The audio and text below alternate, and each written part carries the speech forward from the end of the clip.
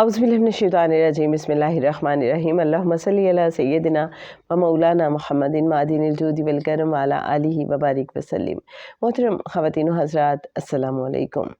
بے وضو شخص جب کوئی محفل درود پاک یا ذکر کی محفل اٹینڈ کرتا ہے تو کیا ہوتا ہے، آئیے دیکھتے ہیں کہ کتاب برکات درود و سلام اور زیارت رسول صلی اللہ علیہ وآلہ وسلم میں ڈاکٹر انیلا دستی صاحبہ اس حوالے سے کیا لکھتی ہیں۔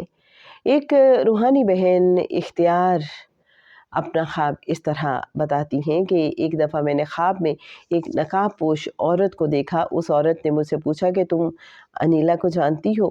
میں نے کہا جی ہاں، میں ان کو جانتی ہوں۔ اس پر اس نقاب پوش عورت نے کہا کہ اس کو جا کر میرا پیغام دے دو، جیسے کہ میں نابین ہوں اس لیے میں وہ پیغام نہیں پہنچا سکی۔ دوسری رات بھی میں نے وہی خواب دیکھا مگر پھر بھی وہ پیغام نہیں پہنچا سکی تھی۔ پھر تیسری رات بھی میں نے وہی خواب دیکھا اور خواب میں پھر ان نقاب پوش عورت کو دیکھا۔ انہوں نے پھر وہی سوال کیا کہ تم انیلا کو جانتی ہو؟ میں نے کہا ہاں۔ تو نقاب پوش عورت نے فرمایا کہ پھر کیوں تم نے میرا پیغام اس تک نہیں پہنچایا ہے؟ میں نے کہا کہ میں نابین ہوں اور مجبور ہوں، میں اکیلی نہیں جا سکتی۔ جب کوئی دوسری بہن مجھے اس کے پاس لے جائے تو میں جا سکتی ہوں۔ تو ان نقاب پوش عورت نے فرمایا کہ جب انیلا سے ملاقات ہو تو اس کو ہمارا پیغام ضرور دینا۔ میں نے پوچھا آخر آپ ہیں کون؟ اگر میں بہن انیلا کو آپ کا پیغام دوں تو ان کو کیا بتاؤں کہ یہ پیغام کس کی طرف سے ہے؟ اس پہ نقاب پوش عورت نے فرمایا کہ میں ام المومنین عائشہ رضی اللہ تعالی عنہا ہوں۔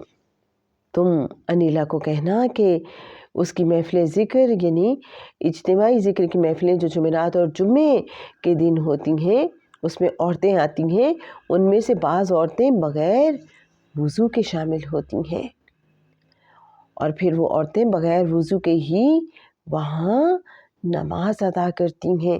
اس کو بتاؤ کہ وہ ان عورتوں کو باوضو آنے یعنی بیٹھنے کی تلقین کریں، پھر خواب میں منظر تبدیل ہو جاتا ہے۔ میں خود کو بہن انیلا کے پاس محفل ذکر میں دیکھتی ہوں اور ہم سب عورتیں بیٹھی ہوتی ہیں اور حضرت عائشہ صدیقہ رضی اللہ عنہا محفل میں شریک عورتوں کو کچھ تحائف ان کے دامن میں عنایت فرماتی جا رہی ہیں، مگر جن عورتوں کا وضو نہیں ہے ان کو کچھ بھی عنایت نہیں فرما رہی، ان کے دامن خالی ہیں۔ جب اماں عائشہ صدیقہ رضی اللہ عنہا نے مجھے بھی تحفہ عنایت فرمایا تو میں اماں عائشہ صدیقہ رضی اللہ عنہا سے سوال کرتی ہوں کہ حضرت عائشہ صدیقہ رضی اللہ عنہا جو عورتیں اپنے مخصوص ایام یعنی حیض میں آتی ہیں، کیا آپ ان کو بھی یہ سب کچھ عنایت فرماتی ہیں؟ حضرت عائشہ رضی اللہ عنہا فرماتی ہیں کہ ہاں، اگر عورتیں اپنے مخصوص ایام یعنی حیض میں بھی آتی ہیں اور اگر وہ باوضو ہوتی ہیں تو ان کو بھی یہ سب کچھ اس محفل ذکر میں باوضو شامل ہونے کی وجہ سے حاصل ہوگا۔ اس کے بعد جب میں نے بہن انیلا کو یہ بات بتائی تو ہم نے عورتوں کو وضو کی فضیلت اور اہمیت سے آگاہ کیا، کیونکہ چند عورتیں وضو کی اہمیت کے بارے میں معلومات نہ ہونے کی وجہ سے محفل میں بے وضو آتی تھیں۔ یہ حقیقت ہے کہ کچھ عورتیں وضو ٹوٹنے کے بعد صرف میک اپ کو قائم رکھنے کے لیے یا پھر شرم کی وجہ سے محفل سے اٹھ کر وضو نہیں کرتی تھیں اور محفل ذکر کے نور اور رحمت سے اپنے دامن بھرنے سے محروم رہ جاتی تھیں۔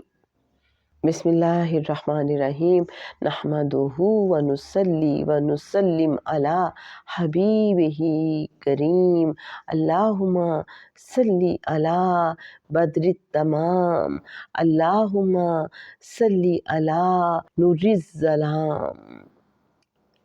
اے میرے اللہ، تو صلوات بھیج اس نبی صلی اللہ علیہ وآلہ وسلم پر جو 14ویں کے چاند ہیں۔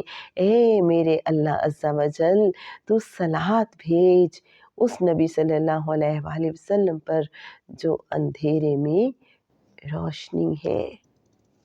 اللہم صلی علی مفتاح دار السلام، اے میرے اللہ تو صلوات بھیج اس نبی صلی اللہ علیہ وآلہ وسلم پر جو جنت کا دروازہ کھولنے والے ہیں۔ اللہم صلی علی الشفیع فی جمیع الانام، اے میرے اللہ تو صلوات بھیج اس نبی صلی اللہ علیہ وآلہ وسلم پر جو سب لوگوں کی شفاعت کرنے والے ہیں۔ وصلی اللہ تعالی علی حبیبہ وخیر خلقہ سیدنا محمد وعلی آلہ واصحابہ وبارک وسلم علیہ تسلیما۔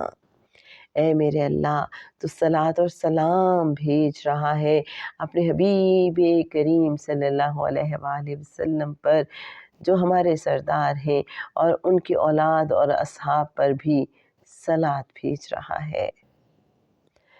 جناب جو لوگ درود پاک پڑھتے ہیں ان کی کیا خوش نصیبی ہے، اس حوالے سے بات کریں گے نیکسٹ ایپیسوڈ میں۔ اللہم صلی علی سیدنا و مولانا محمد معدن الجود والکرم وعلی آلہ وبارک وسلم۔